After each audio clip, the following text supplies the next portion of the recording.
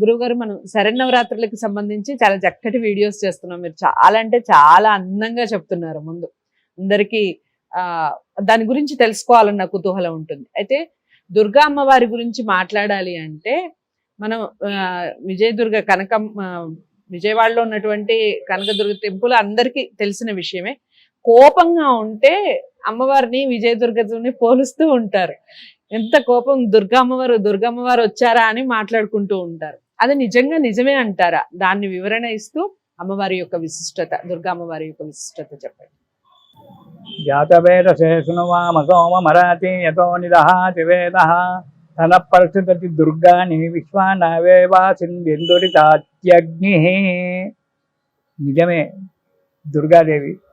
దుర్గాదేవి అంటే కోపిష్టి కాదు.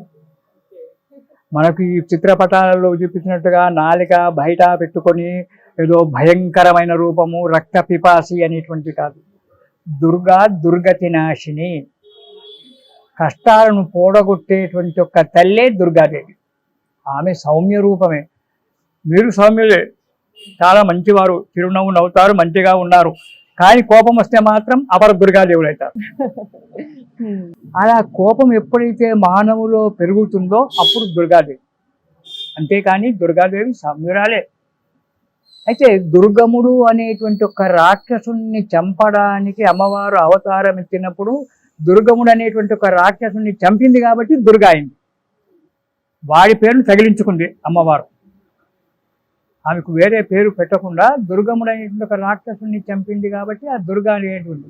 అయితే యుద్ధం చేసినప్పుడు కోపం రావాలి కదా, ప్రేమతో నవ్వుకుంటూ యుద్ధం చేయలేం కదా.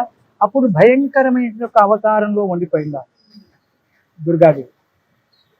ఆ భయంకరమైన ఒక ఇంటి దగ్గర కళ్ళు, శరీరం అంతా కూడా భయంకరంగా ఉండి ఆమె యుద్ధం చేసేటప్పుడు ఆ రూపాన్ని మనసులో పెట్టుకొని మనకి నాడు దుర్గాదేవి యొక్క ఉన్నారు. విజయవాడలో ఉన్న కనకదుర్గ అలా ఉందా? ఎంత సౌమ్యంగా ఉంది అమ్మవారు, ఎంత ప్రేమగా ఉంటుంది. అలా లేదు. కాకపోతే ఏంటంటే మనము చిత్రించుకున్నాం దుర్గా అంటే భయంకరంగా ఉండాలి, మాంస పిపాసి, రక్త పిపాసి అని చెప్పి మేఘలు గొర్రెలు అన్నీ కూడా బలివ్వడము ఆమె ఎక్కడా పోలేదు. దుర్లభ దుర్గమ దుర్గా దుఃఖహంత్రి సుఖప్రదా దుష్ట దూర దురాచార శమని దోషవర్జిత అన్నారు ఆమెను లలితానామాలలో. దుర్లభ, దొరకదు తొందరగా, దొరికిందైతే మనల్ని వదిలిపెట్టదు. దుర్లభ దుర్గమ దుర్గా దుఃఖహంత్రి, దుఃఖాన్ని పోడగొట్టేటువంటి తల్లి ఆమె. సుఖాన్ని ప్రసాదించేటువంటి ఒక తల్లి.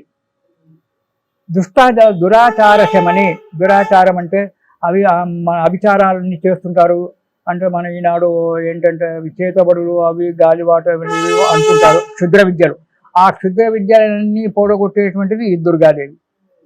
దోషవర్జితాలు, మనలో జాతకరీత్యా కావచ్చు, మనం చేసుకునే ఒక కర్మ వల్ల వచ్చేటువంటి ఒక దోషాలు కావచ్చు, ఇవన్నీ పోడగొట్టేటువంటిది ఒక దుర్గాదేవి.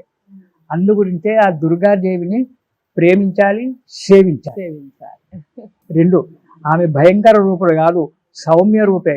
కాకపోతే ఏంటంటే మనము చిత్రించుకొని దుర్గా అంటే భయంకరుడైనటువంటి ఒక రాక్షసుని సంహరించింది కాబట్టి ఆమె భయంకరు. యుద్ధం చేసినప్పుడు భయంకరంగానే ఉండాలి. రాముల వారు అంత సౌమ్య రూపుడైన రావణాసుని చంపేటప్పుడు అతని కోపం వస్తే అతని రూపం చూడడానికి పక్కనున్న తమ్ముడు హనుమంతులే భయపడ్డారట. ఇంత భయంకర రూపమా రాముంది అన్నారట.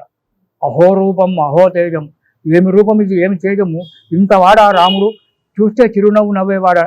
అలాంటి ఒక అవతారాన్ని అక్కడ ఎత్తకపోయినట్టయితే దుర్గముడు చావడు. ఆ దుర్గముని చంపడానికి ఆ దుర్గాదేవి ఇలాంటి అవతారం ఇచ్చింది కాబట్టి ఆమెను కోపిష్టి అన్నారు. కానీ మాంసనిష్ట, మాంసాన్ని కోరలేదు, రక్తాన్ని కోరలేదు ఆమె. గుడాన్న ప్రీతమానస, నాకింత బెల్లపన్నం పెట్టండి, యుద్ధం చేసి చేసి అలిసిపోయాను, తెల్లటి బెల్లపన్నం పెట్టే తిని హాయిగా ఉంటాను. మాంసనిష్ట, మాంసస్య నిష్ట, నిష్ట అంటే కూర్చోవడం. మన శరీరములో ఉండబడే ఒక మాంసములో ఆమె స్థిరంగా ఉందట దుర్గాదేవి. మన శరీరంలో ఉండే మాంసంలోనే దుర్గాదేవి ఉంటుంది. అందుకే ఎరుపు రంగులో ఉంటుంది. రక్త పిపాస కాదు, మన శరీరంలో ప్రవహించే రక్తంలో ఆమె యొక్క శక్తి ఎప్పుడు ప్రవహిస్తూ ఉంటుంది. మనకు ఎక్కువగా ఎప్పుడైనా కోపం వచ్చినప్పుడు మన ముఖమంతా కూడా ఎర్రగా అయిపోతుంది. అలా ఎరుపు రంగులో ఉంటుంది అమ్మవారు. అందు గురించే ఆమెకు దుర్గా అనేటికి పేరు పెట్టారు. ఆ దుర్గాదేవిని సేవిస్తే సకల కష్టాలు పోతాయి. దుర్గా దుర్గతి నాశిని అన్నారు ఒకటే మాట. ఆ అమ్మను సేవిస్తే ఎటువంటి కష్టాలైనా తొలగిపోతాయి.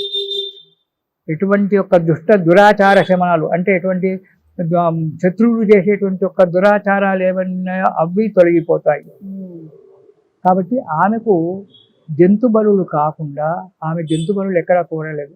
ఒక్క కాళికాదేవి అవతారం ఇచ్చినప్పుడు మాత్రమే రక్త పిపాస అయింది అమ్మవారు.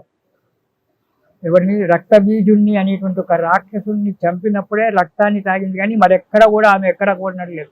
ఆ రక్తబీజుని చంపడానికి రక్తం తాగవలసి వచ్చింది ఆమె, అంతే కాళికాదేవి అయి. అంతేగాని దుర్గా ఎక్కడ కూడా రక్త పిపాసి కాలేదు, మాంసాన్ని కోరలేదు. అది మనము పెట్టుకున్నటువంటి ఒక ఆచారాలు. కాబట్టి ఆనాడు దుర్గాదేవికి మంచిగా పూజ చేసి, దుర్గాదేవి ఎలా ఉంటుంది, ఎరుపు రంగు చీర, మంచి భోజనము, సుష్టుకరమైన ఒక భోజనము, బెల్లపన్నము, బెల్లంతో చేసినటువంటి అన్నం. మనం ఈనాడు బెల్లంతో పాయసం చేయాలంటే ఆ బెల్లం పాయసం ఆ పంతులు గారు చక్కెర పాయసం చేస్తానులే అంటారు. చక్కెర పాయసం ఏ దేవత కోరలేదు, బెల్లం పాయసమే కోరారు. బెల్లమే శాస్త్రంలో చెప్పింది కూడా బెల్లమే. అలాంటి బెల్లం పాయసం చేసి అందులో తేనె కలిపి, బెల్లం పాయసంలో మళ్ళీ తేనె కలిపి పాయసాన్ని సిద్ధం చేసి అమ్మవారికి నైవేద్యం పెట్టి అది ప్రసాదంగా తీసుకున్నట్టయితే మనశ్శాంతి దొరుకుతుంది. ఆనాడు దుర్గాదేవిని కనుక మనస్ఫూర్తిగా వేడుకొని దుర్గా అష్టోత్తరనామాలు కానీ దుర్గా స్తోత్రాలు కానీ చదువుకున్నట్టయితే ఏది అవసరం లేదు, మాకేది రాదు పంతులు గారు, దుర్లభ దుర్గమ దుర్గా దుఃఖహంత్రి సుఖప్రద దుష్ట దూర దురాచార శమని దోషవర్జిత జై నమః అనేటువంటి యొక్క శ్లోకాన్ని చదువుకుంటే చాలు, మీ కష్టాలన్నీ కూడా తుడిచివేసినట్టుగా పోతాయి.